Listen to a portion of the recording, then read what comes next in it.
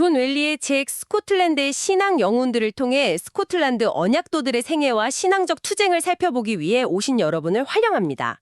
오늘은 존 웰치에 대해 알아보도록 하겠습니다. 그런데 그의 삶을 이해하려면요, 가장 극적인 한 장면에서 시작하는 게 좋을 것 같아요. 프랑스의 왕 루이 13세가 반란을 일으킨 도시를 포위하고 있습니다. 그런데 성벽 위에서 포탄을 나르면서 군인들을 독려하는 웬 스코틀랜드 설교자가 있다는 보고를 받아요. 왕이 경로에서 당장 그를 체포해 오라고 명령하죠. 잠시 후에 왕 앞에 끌려온 이 설교자. 조금도 두려워하지 않고 오히려 왕에게 구원의 길에 대해 설교하기 시작합니다. 이게 바로 존 웰치라는 인물입니다. 10대 시절에 국경지대의 도둑이었던 청년이 어떻게 두 나라의 왕과 맞서는 영적 거인이 되었을까요? 그의 삶은 단순히 한 개인의 연대기를 넘어서요, 신념이 한 인간을 어디까지 이끌 수 있는지 보여주는 거대한 서사와도 같아요. 네네. 그가 어떻게 그런 인물로 단련되었는지 그 시작점부터 한번 따라가 보죠. 시작은 정말 초라했죠. 1570년경에 나름 지주 가문에서 태어났지만 학교는 밥 먹듯이 빼먹고 결국 집을 나가서 도둑물이랑 어울렸다고 하니까요. 맞아요. 가진 옷이 다 찢어져서 누더기가 되고 나서야 집으로 돌아갈 생각을 했다는 대목이 참 인상적이에요. 그렇죠.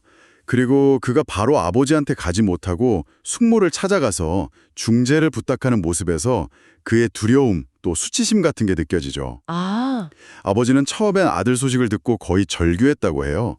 내가 들을 첫 소식은 그 녀석이 도둑질로 교수형에 처해졌다는 것일 텐데, 이러면서요. 와, 아버지 심정이 어땠을까요? 그런데 아들의 그 눈물 어린 회개를 보고 결국 마음을 돌립니다.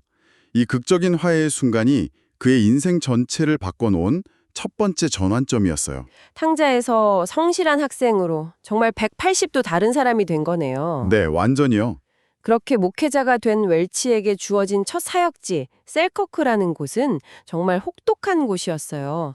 사람들은 그의 설교를 듣기보다는 그의 인격을 비난하기 바빴고 심지어 동료 목사들조차 그를 지지하지 않았다고 하죠. 바로 그 지독한 고립과 적대적인 환경이 그의 전설적인 기도 생활을 만들어낸 배경이 됩니다. 그는 하루에 7, 8시간을 기도하지 않으면 그날을 제대로 보낸 게 아니라고 생각했어요. 7, 8시간이요? 네. 이건 당시 기준으로도 정말 경이로운 수준이었어요. 근데 이게 단순한 종교적 열심을 넘어서 그가 외부의 공격으로부터 자신의 내면과 신념을 지키는 유일한 방법이었을 겁니다. 아, 그렇군요. 그에게 기도는 영적인 호흡이자 현실의 전투를 준비하는 일종의 전략적 행위였던 거죠. 밤에 기도하러 나갈 때를 대비해서 스코틀랜드 격자무늬 담요를 늘 침구 위에 뒀다가 그걸 두르고 기도하러 나갔다는 일화는 정말 유명하잖아요. 그렇죠. 그런 치열함이 있었기에 그 혹독한 곳에서 버틸 수 있었던 거고요. 하지만 결국 한 귀족의 악의적인 핍박 때문에 셀커크를 떠나게 되죠. 네, 그 귀족이 웰치의 말 2마리의 엉덩이 부분을 잘라서 죽게 만들었다는 건 정말 충격적인 사건이에요. 너무 잔인하네요. 순전히 그의 사역을 방해하려는 악이었죠. 이렇게 첫 사역지에서 쫓겨나다시피 나온 셈인데 이 경험은 그에게 세상 권력과의 싸움이 얼마나 잔인할 수 있는지 가르쳐준 혹독한 훈련이었을 겁니다. 그리고 이후에 커크부리에서 잠시 성공적인 사역을 거친 뒤에 자신의 운명의 장소인 에어로 가게 되는군요. 네, 맞습니다. 셀커크가 혹독한 곳이었다면 에어는 거의 전쟁터나 다름없었어요. 파벌 싸움이랑 유혈 충돌이 끊이지 않아서 길거리를 걷는 것조차 위험했다니 말이에요. 심지어 처음엔 그에게 집을 빌려주려는 사람조차 없었다고 해요. 그런 상황에서 그가 보여준 해법이 정말 기가 막힙니다. 맞아요. 싸움이 벌어진 현장에 투구를 쓰고 뛰어들었다는 건데요. 네네. 여기서 핵심은 칼은 절대 차지 않았다는 점입니다. 칼은 차지 않고요. 네, 이게 정말 기가 막힌 심리전이자 상징적인 행동이죠. 투구를 씀으로써 나도 이 위험을 알고 있다. 당신들 현실을 무시하지 않는다는 메시지를 주는 동시에 칼을 차지 않음으로써 나는 당신들 편에 서서 싸우러 온 게 아니라 이 싸움을 끝내러 왔다는 평화의 의지를 명확히 보여준 겁니다. 와, 정말 말 한마디 없이 자신의 역할을 규정해버린 거네요. 바로 그거죠. 그리고 싸우던 사람들을 뜯어 말려서 화해시킨 뒤에 그 길거리 위에 식탁을 차리고 원수들을 함께 앉혀서 식사를 나누게 했다는 건 정말 한편의 영화 같아요. 그렇죠. 이 노력 덕분에 피로 물들었던 에어가 평화로운 도시로 변했다고 하니 그의 영향력이 얼마나 대단했는지 짐작이 가죠. 네. 그의 영향력은 이런 사회적인 차원을 넘어서 당시 사람들 눈에는 거의 초자연적인 영역까지 미치는 것처럼 보였어요. 초자연적인 영역이요? 네, 스코틀랜드 전역에 전염병이 돌 때 유일하게 에어만 안전하자 시 당국이 도시를 봉쇄했는데요. 그때 두 상인이 나타나자 웰치가 기도한 뒤에 저 사람들 짐에 전염병이 있으니 돌려보내라고 조언했고 실제로 그들이 간 다른 마을에 전염병이 퍼졌다는 일화가 전해지죠. 이런 이야기는 현대적인 관점에서 보면 솔직히 좀 믿기 어렵게 들릴 수도 있어요. 이런 기록을 우리는 어떻게 받아들여야 할까요? 그렇죠. 이걸 뭐 문자 그대로의 기적으로 해석하던 아니면 우연의 일치로 보던 사실 중요한 건 그게 아니에요. 아, 핵심은 다른 데 있군요. 네, 핵심은 당시 사람들이 그를 어떻게 인식했는지를 보여준다는 겁니다. 사람들은 그를 단순한 목회자가 아니라 하나님의 뜻을 직접 전달하는 통로, 거의 신탁 같은 존재로 여겼던 거죠. 아, 그의 깊은 기도 생활이 이런 영적 권유의 원천이라고 믿었고요. 이런 절대적인 신뢰가 있었기에 그는 도시를 변화시키고 나중에는 왕에게까지 맞설 수 있었던 겁니다. 바로 그 왕과의 대립이 그의 인생을 또 한 번 뒤흔들게 되죠. 당시 제임스 국왕이 감독제라는 걸 도입하려고 하면서 문제가 시작되었어요. 근데 청취자분들께 감독제라고 하면 그냥 교회의 행정 시스템 개편 정도로 들릴 수 있는데 이게 왜 그렇게까지 큰 문제였던 건가요? 그게 바로 핵심입니다. 이건 단순한 조직 개편이 아니었어요. 당시 스코틀랜드 교회는 총회, 그러니까 목사랑 장로 대표들이 모여서 교회의 중요한 일을 결정하는 시스템을 가장 중요하게 여겼습니다. 네. 교회의 주인은 왕이나 교황이 아니라 오직 그리스도다.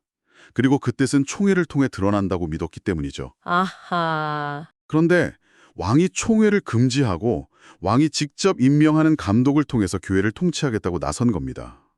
이건 웰치 같은 사람들에게는 교회의 머리이신 그리스도의 자리를 왕이 뺏으려는 신성 모독적인 행위로 비쳤던 거죠. 아, 그러니까 누가 교회의 진정한 주인인가 하는 아주 근본적인 질문이었군요. 신이냐, 왕이냐. 정확합니다. 그래서 웰치는 왕의 명령을 어기고 1605년 에버딘에서 열린 청후에 참석했다는 이유로 반역죄로 기소돼서 감옥에 갇힙니다. 그리고 감옥에서 쓴 편지에 자신의 신념을 두 가지 원칙으로 딱 요약하죠. 첫째, 그리스도는 교회의 머리이시다. 둘째, 교회는 그리스도 외에 다른 어떤 사법권으로도 자유롭다. 이 신념을 지키기 위해서 모든 걸 걸었던 거군요. 네, 왕의 입장에서는 이런 웰치가 정말 눈엣 가시였겠어요. 단순히 신앙적인 인물이 아니라 자신의 절대 권력의 정면으로 도전하는 정치적인 반체제 인사로 보였을 것 같아요. 물론입니다. 제임스 왕에게 웰치는 국가 통합을 방해하는 아주 위험한 인물이었죠. 왕은 자기 왕국을 하나의 통일된 체제 아래 두고 싶었고 교회를 그 핵심 도구로 사용하려고 했습니다. 웰치와 그의 동지들은 바로 그 거대한 국가 프로젝트의 정중앙에 서서 안 된다고 외친 사람들이었어요. 이건 신앙 논쟁을 넘어선 국가 권력과 신앙 양심 간의 정면 충돌이었네요. 네, 결국 이 싸움에서 패한 웰치는 1606년 스코틀랜드 땅을 다시는 밟지 않는다는 조건으로 프랑스로 추방됩니다. 하지만 그의 이야기는 여기서 끝나지 않고 오히려 프랑스에서 더 엄청난 일화들을 만들어내죠. 프랑스에 도착한 지 14주 만에 프랑스어로 설교를 했다는 건 언어적인 재능도 정말 대단했던 것 같아요. 그리고 바로 우리가 처음에 이야기했던 루이 13세와의 만남이 여기서 이루어지는 겁니다. 아, 네. 왕 앞에 끌려가서도 조금도 위축되지 않고 왕이시여, 당신도 자신의 공로가 아닌 예수 그리스도의 공로로 구원받아야 함을 프랑스 전역이 듣도록 해야 합니다.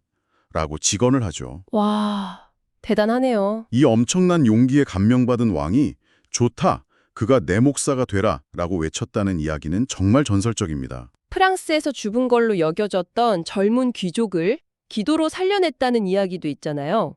나중에 아일랜드의 유력 인사가 된 캐슬 스튜어트 존이 평생 그 일을 증언하고 다녔다고 하죠. 네, 그리고 하룻밤 묵으러 카톨릭 수사가 그의 밤샘 기도 소리를 듣고 감화돼서 개신교로 개종했다는 일화도 유명합니다. 이런 이야기들은 그의 명성을 거의 신화적인 수준으로 끌어올렸어요. 그렇군요. 중요한 건 이런 이야기들이 그가 가진 영적 권위와 영향력이 국경과 언어를 넘어서 통용되었다는 걸 보여준다는 점입니다. 그렇게 프랑스에서 16년을 보낸 뒤에 건강이 악화되어서 영국으로 돌아오게 되죠.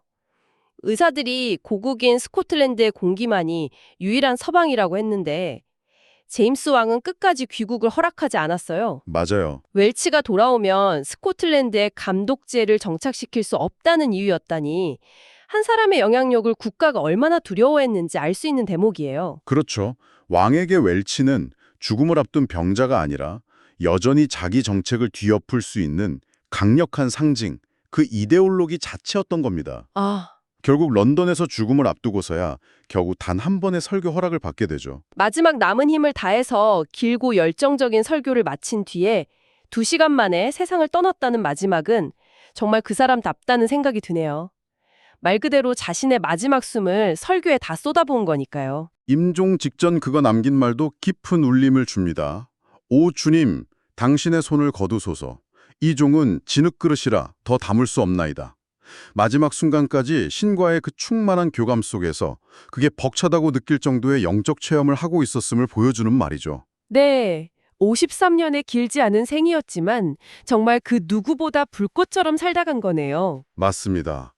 후대의 유명한 목회자 데이비드 딕슨이 남긴 말이 웰치에 대한 최고의 평가가 아닐까 싶어요. 사람들이 자신의 성공적인 사역을 칭찬하면 늘 이렇게 말했다고 하죠.